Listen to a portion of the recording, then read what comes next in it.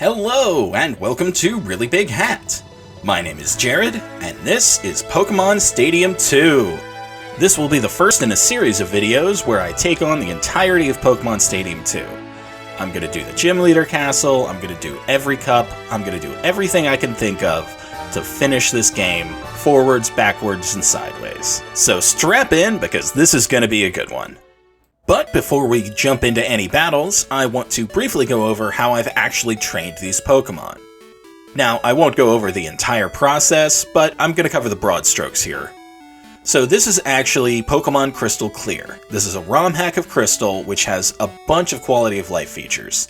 It has not only made the training portion much smoother, much quicker, but it also provides some other benefits that we will get to later in the video. So let's quickly log into my PC and show you some of the quality of life features I'm talking about, and just briefly go over some of the advantages of using Pokemon Crystal Clear for this. So as we check Cloyster's stats here, we can see several things. First and foremost, we can not only check its current stats, but its stat experience. And it will display a little star, like so, if that experience has been maxed out. Now, obviously, I have maxed out the stat experience of every single one of my competitively trained Pokemon.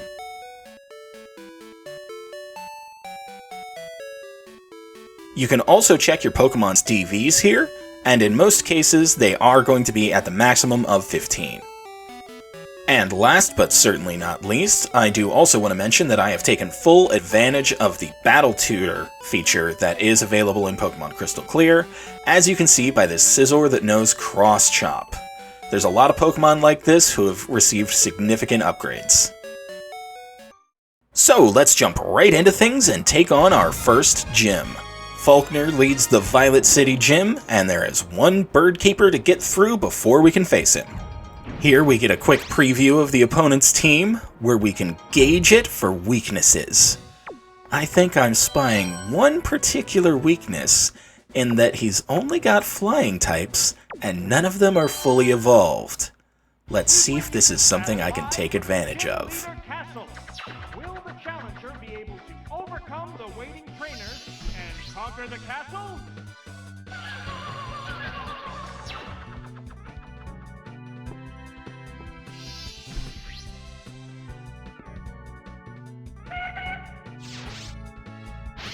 So obviously, when he sends out his Natu, I just go straight to Ice Beam and send it downfield. The blast of Ice Beam! Drill the weakness! And to no one's great surprise, it one-shots the Natu. This has turned into a vicious battle right off the bat. Oh, it's Pidgeotto! Well, this Pidgeotto has evolved once, so I need to take a little bit of a cautious and strategic approach with this one. So I'm going to queue up an Ice Beam, and he's dead. Oh no! It fainted just like that! Is there any way of stopping this incredible Pokemon force? Oh, it's Hoothoot! This is the last Pokemon! And I'm sure it will come as no great surprise that this pathetic Hoothoot will suffer a similar fate. Out of there! There are no more remaining Pokemon! And yeah, that's the first battle done and dusted. As you can see, bringing in these ridiculously overpowered Pokemon from Crystal Clear makes this a cakewalk. But what do you expect when you're facing down unevolved bird Pokemon with a max DV, fully stat experience trained Jinx? I mean, this is just what was going to happen.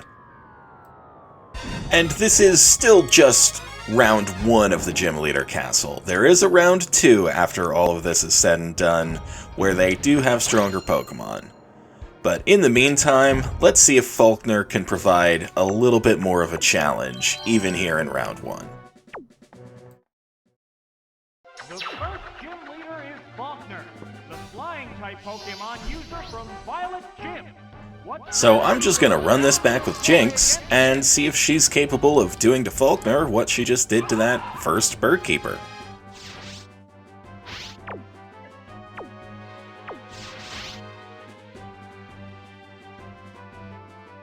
Well, with that quick attack, Falkner has already done better than the original bird keeper. He's actually done some damage to Jinx.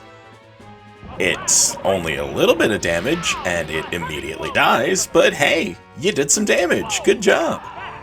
It's down already. Will this turn into a one-sided battle? Oh, it's Noctowl. Now, unironically this time, Noctowl actually does require a little bit of strategic thought here. I'm pretty sure it's bulky enough to take an Ice Beam, and I'm not really sure what it's going to try in the meantime.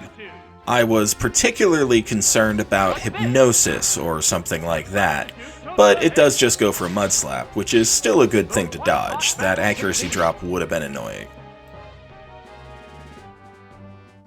I do then fire off an Ice Beam to see if I was right about Noctowl's ability to tank one, and I was. I do freeze it as well, which would have invalidated my need to set up a substitute, but there's no way I could have known that, so I'm still going to say that was a good strategic move. But then I just fire off a Psychic, mainly to see a different animation than Ice Beam for once, and we're going to move on to the next Pokemon.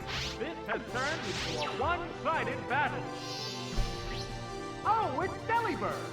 It's down to the last Delibird is actually a bit of an interesting choice here, because Ice Beam is only going to be a neutral hit against it. But since I'm behind my substitute, and there's really nothing he can do to me, at least on this turn, that I'm overly concerned about, I just fire one off, and I land a crit to end the game. The last Pokemon goes down. That's it.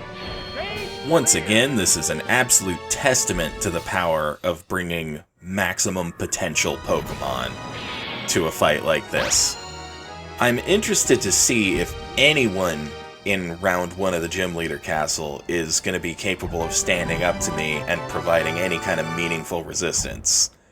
We'll just have to see, I suppose. In the meantime, let's go ahead and move on to the next gym and take on Bugsy.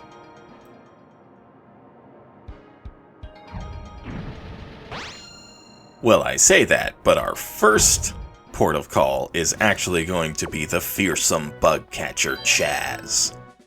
He does actually have a Geodude and a Shuckle, which are both interesting coverage options from a type matchup perspective, but I suppose we're just going to have to wait and see if they really change the complexion of this match in any meaningful way. The challenger has advanced to the Azalea Gym. The first opponent is Chaz, a bug catcher. I lead off with Charizard, and this is a Belly Drum Charizard, as you'll see in a moment, but I decide not to actually boost up with it, even though I have a perfect opportunity against this Rattata. I figure I don't want to overkill this trainer, and I want to see how my Pokemon fare without the boosts.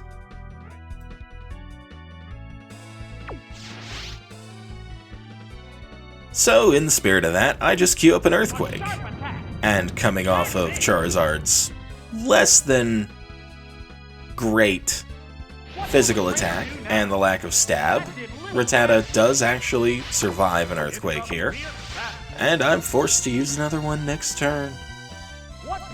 Which, of course, allows Rattata to get a cheeky little quick attack in to do a little extra damage to Charizard. Oh well. Right, that's a hit. Oh, and down it goes. So, what will be the next Pokemon? Oh, it's Geodude. Now there's that Geodude I mentioned earlier, which is actually quite interesting. I do know for a fact that Earthquake is not going to kill this Geodude. It wasn't enough to one-shot a Rattata in neutral, So even though it's super effective here, Geodude's got way more defense than Rattata, so it is not going to be a one-shot without a crit. Once again, I could stop and set up a belly drum here with relative safety, even if it tries a rock throw or a rock slide, which would be 4 times super effective. Those moves are pretty inaccurate, but I do decide to just throw a couple of earthquakes downfield and be a little more tactful, which leads us straight into Shuckle. I go for a Fire Blast here, hoping that 2 of them will be enough to power through a Shuckle. After the first one does its damage though, I'm not sure the second one is going to finish the job. Nevertheless, I'm not really afraid of Shuckle's offensive potential, and if I have to switch out to avoid rollout killing me, I can. Or I can land a critical hit right here and not have to worry about it. On to the next battle, I guess.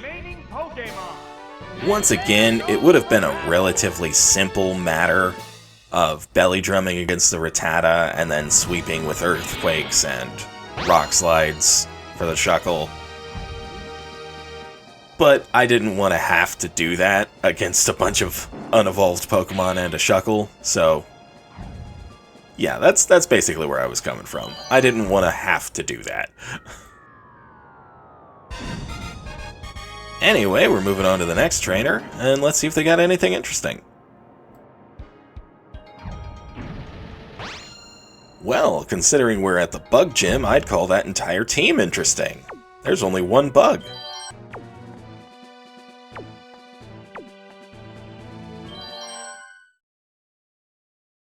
The next opponents are twins, Min and Lin. Don't let the fact that they're children fool you. Either way, I decide to run it back with Charizard again.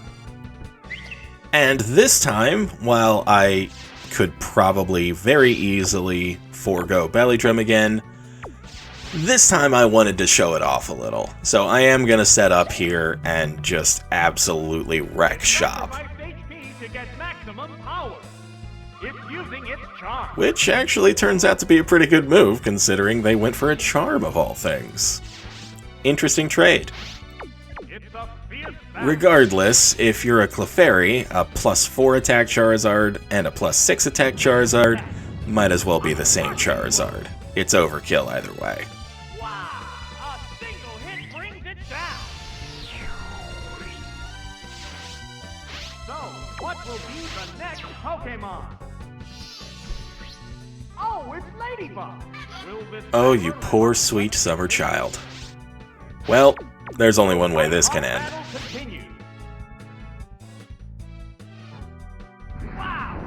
So, a critical hit from Rock Slide from a +4 Charizard here can do as much as 2,500 damage, which is a lot. That would kill 3 Blissies. This has turned into a one-sided battle. Oh, it's Sunkern. This is the last Pokemon. Anyway, it's all over but the crying, so yeah, let's just end this, shall we?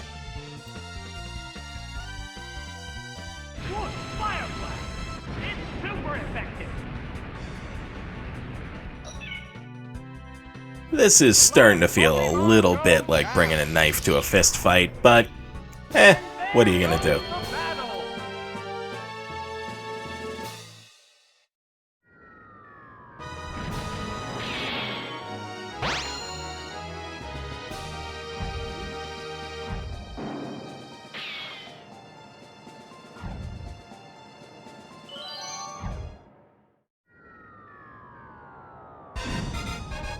So let's see what Bugsy is bringing to the table.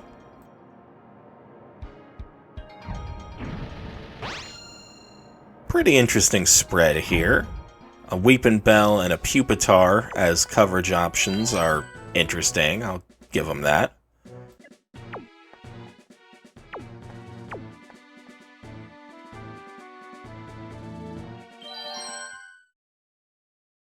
This battle is against Bugsy, the Azalea Gym leader. How will the challenger deal with the onslaught of Buzz Pokemon? Anyway, I'm gonna mix it up a bit here, and I'm gonna lead off with my Tyranitar.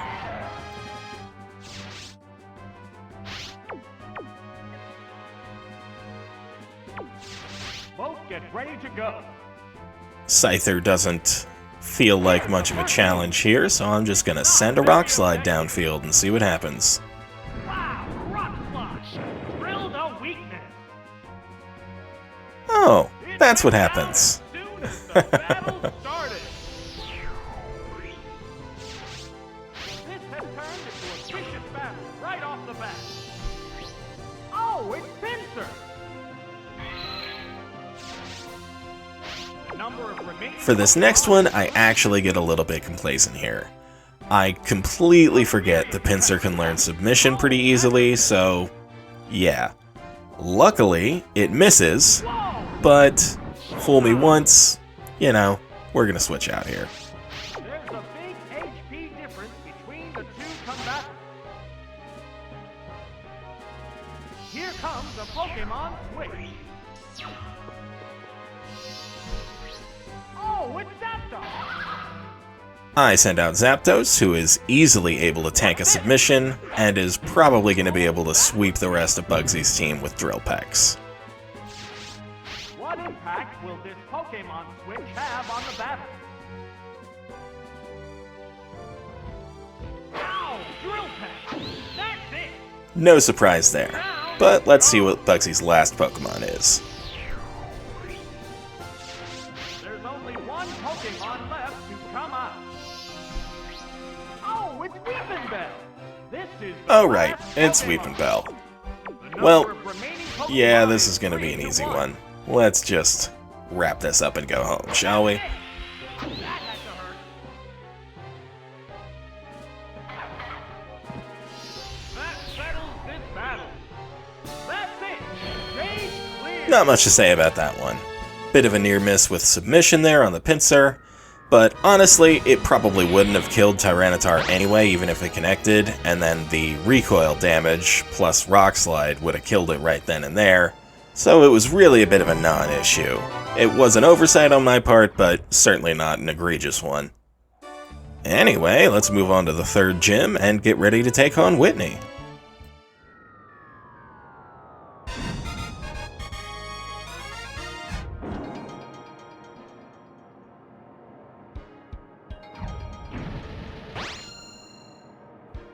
Once again, we have to start things off by taking on a trainer with a bunch of unevolved Pokemon, so let's just take the opportunity to showcase some of my Pokemon and see what Whitney is going to be having to deal with.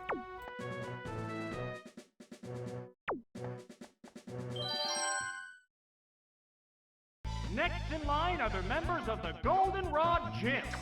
The first out of the gate is the last, Lois. I'm going to send out my boy Heracross here. Easily my second favorite Pokemon of all time, right after Snorlax. So let's see what he can do.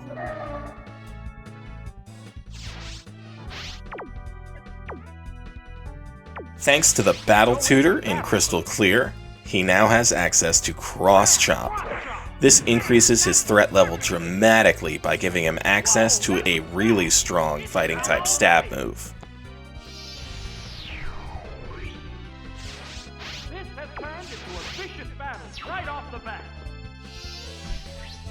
Oh, it's Banky! The number of remaining Pokemon is 3 to 2.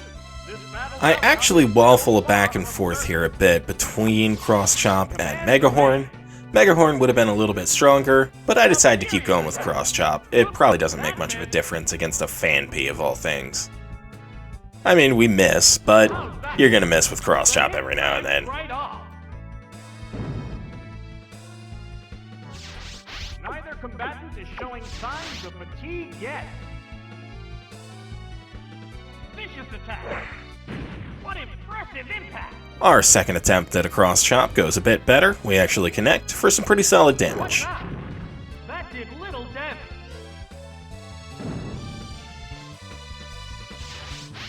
They're both hanging tough. They're ready And at this point, I feel like I want to just style on them a bit, so I'm going to set up a curse here. They go for an Earthquake, probably trying to save themselves from the double-edge recoil, but really doesn't matter either way to me.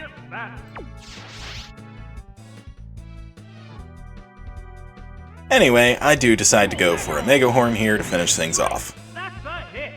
There it is. Knockout. This has turned into a one-sided battle. Oh, it's Poliwag. Her last Pokemon is Poliwag, and it's probably not going to be much of an issue. It will be faster than me, especially after a curse, but, you know, definitely something I can deal with, obviously. What's next? Oh, that's a miss. Will this do it? Wham! Mega Horn takes care of business, and we're on to the next trainer. That settles this battle. And there goes the battle. On a personal note, Heracross learning Cross Chop is one of the main reasons I wanted to train all these Pokemon in Crystal Clear specifically. Like I said, Heracross is probably my second favorite Pokemon of all time, so giving him a power boost here in his original generation, very cool, very cool. Anyway, let's see what this next trainer has.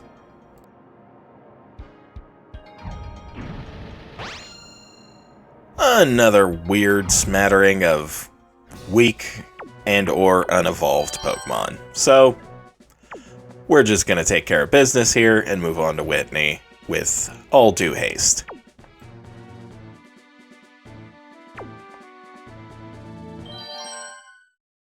The next opponent is Rita, a real beauty.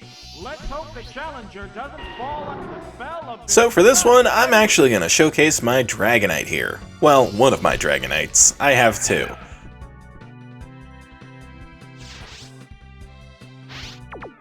This one is a basic, all-out offensive Dragonite with a bunch of coverage moves. Of note is Earthquake, which I got from the Battle Tutor in Crystal Clear. Gives it some very helpful additional coverage. But in this case, I do go for Dynamic Punch. I figure I'll flip the coin for accuracy, and I get a critical hit for my trouble. Moving on. This battle is intense right from the start. Oh, it's Marie! Speaking of Earthquake coverage, The number of remaining Pokemon is 3 to 2.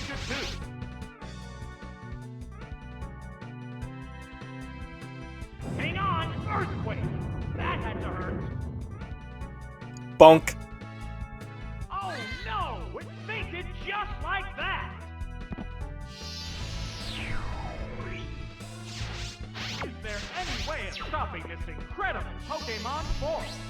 Oh, it's Diglett! This is the last Pokemon! The number of remaining Pokemon is 3 to 1. Yeah, so this was never gonna be much of a problem. I'm just gonna send an extreme speed downfield, and we're gonna move on. Major damage!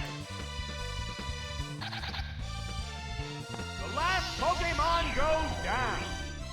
And there goes the battle!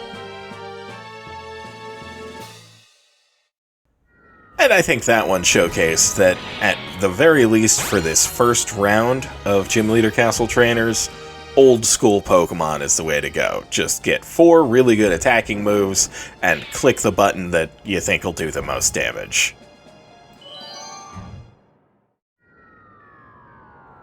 Anyway, let's move right on to Whitney. See what she's got.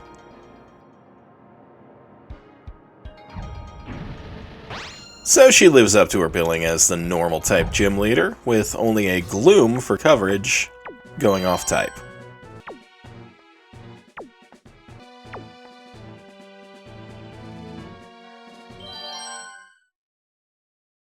The challenger now faces Whitney, Goldenrod's gym leader. A move doled out by her normal type Pokemon. I'm gonna go with Scizor here, and we're squaring off with the fabled Whitney's Miltank here. This isn't the one from Gold Silver, but still, it counts. The commands are made. So I'm going to do my best to give this mill tank what for, so that anyone who's ever struggled against it in Gold and Silver can live vicariously through me for a few seconds here. In order to do that properly, I decide to set up first, so I go for a sword stance. It raised its attack power. The heated action continues. It goes for one more Earthquake, which bounces off me somewhat harmlessly. A light hit.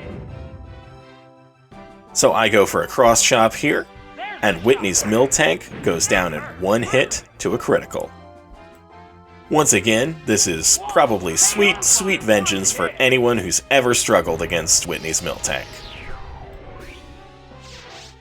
So, what will be the next Pokemon? Oh, it's Wigglytuff.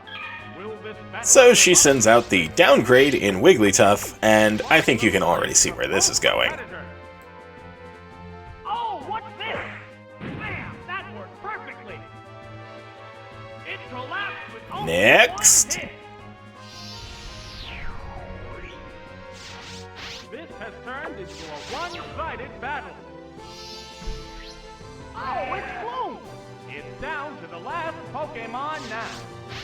Gloom is an interesting option to absorb the fighting type attacks that could be coming at her normal types, but since she didn't switch into it for any of my fighting attacks, I'm just gonna kill it with a hidden power bug. That settles this battle. That's it. So that's Whitney taken care of, and that's probably going to do it for all of the gym leader battles for this video. I am going to leave off with a short showcase of all of the Pokemon that I've used here today in Oak's lab real quick. But I'll sign off the commentary here, and I'll just say I'll see you guys next time.